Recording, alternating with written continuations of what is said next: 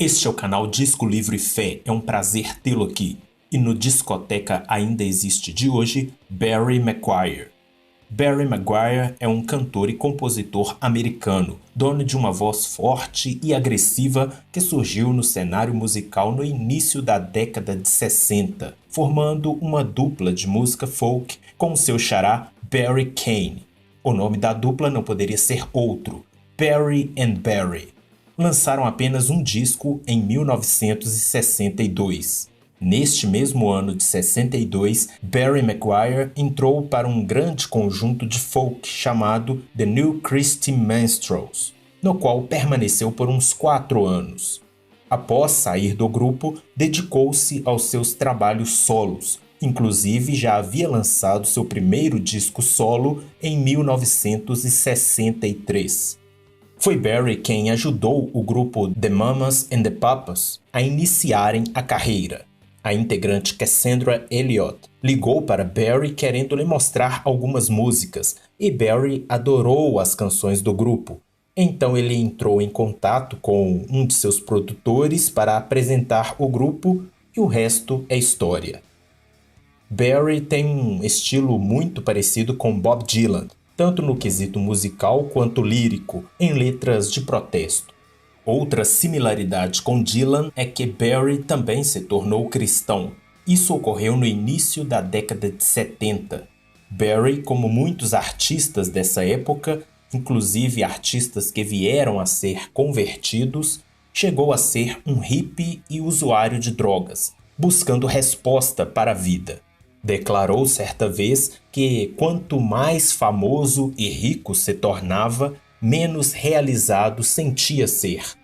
Um dia, ele recebeu ou encontrou um livrinho de bolso que tinha como título na capa Boas Novas para o Homem Moderno, e achou que era algo referente à filosofia existencial, e quando abriu, viu que era o Novo Testamento. Ele zombou e lançou fora o livrinho. Porém, tempo depois, por uma mera curiosidade sarcástica, ele tomou a Bíblia para ler e saber o que o tal Jesus tinha a dizer de verdade. Isso porque havia nele, e creio que em muitos até hoje, uma barreira de preconceito para com o cristianismo devido ao mau testemunho de cristãos, principalmente líderes cristãos. Mas, ao ler a Bíblia, aquilo transformou sua vida. Um de seus amigos, Michael Nesmith, integrante da famosa e excelente banda The Monkees, o aconselhou a escrever músicas sobre Jesus, para que as pessoas soubessem quem realmente era Jesus. Porque o nome de Jesus, dizia Michael, parecia ter se tornado em um inimigo da pessoa de Jesus por causa de todos os atos de hipocrisia causados pelos cristãos, pois estes cometiam várias coisas horríveis em nome de Jesus. A partir de então, Barry passou a lançar álbuns gospel, se tornando um dos precursores do Jesus Music, ou Música de Jesus, que surgiu em meio ao Jesus Movement, ou Movimento de Jesus. Jesus Music, que ao longo do tempo se transformaria no que hoje chamamos de CCM, Contemporary Christian Music, ou música cristã contemporânea.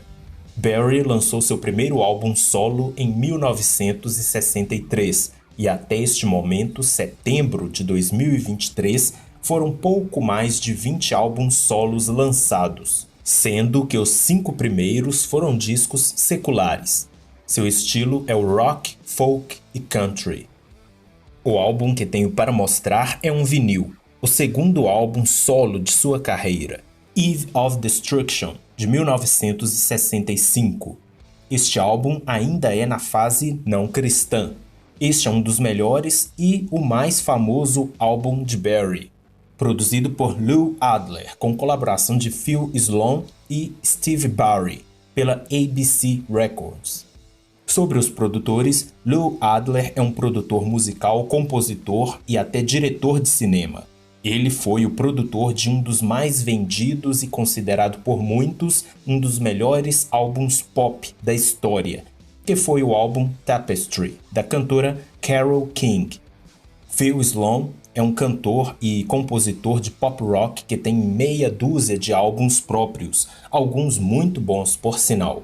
E Steve Barry é músico, compositor e produtor musical e já chegou a gravar com Michael Jackson. Os músicos deste disco são, na percussão, o produtor Steve Barry, já mencionado, nas guitarras, o produtor Phil Sloan, também já mencionado, e Tommy Tedesco, que fez parte de um grupo de músicos chamado The Wrecking Crew, que já gravou com artistas como Elvis Presley e The Beach Boys.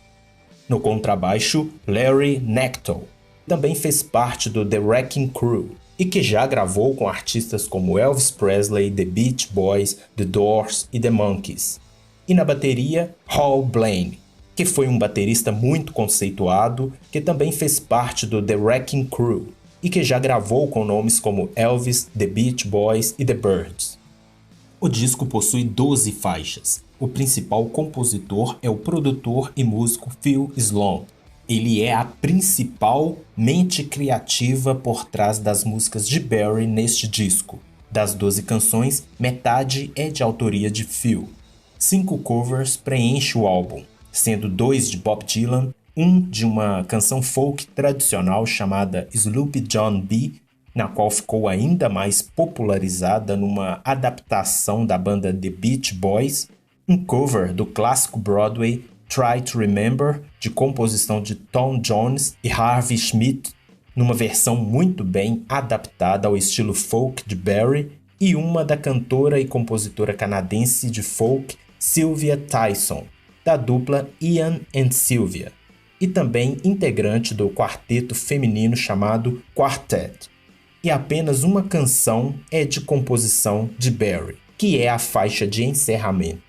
Minhas 3 canções preferidas são a faixa de abertura homônima do álbum, Eve of Destruction, de composição de Phil Sloan. Esta é a canção mais famosa interpretada por Barry, pelo menos de toda a sua carreira solo. Uma excelente canção de protesto ao estilo Blowing in the Wind, de Bob Dylan. No entanto, para Barry, Eve of Destruction não era uma canção de protesto, mas apenas um simples diagnóstico da realidade. Eve of Destruction, traduzindo, é Véspera da Destruição, e faz uma crítica às guerras e à violência e hipocrisia do ser humano, dizendo que não tem como não ficar amedrontado com tudo isso, e que ainda assim existe quem diga que não estamos às vésperas da destruição. Ao ser convertido, Barry disse que havia encontrado a resposta para esses males sociais declarados em Eve of Destruction em Jesus Cristo.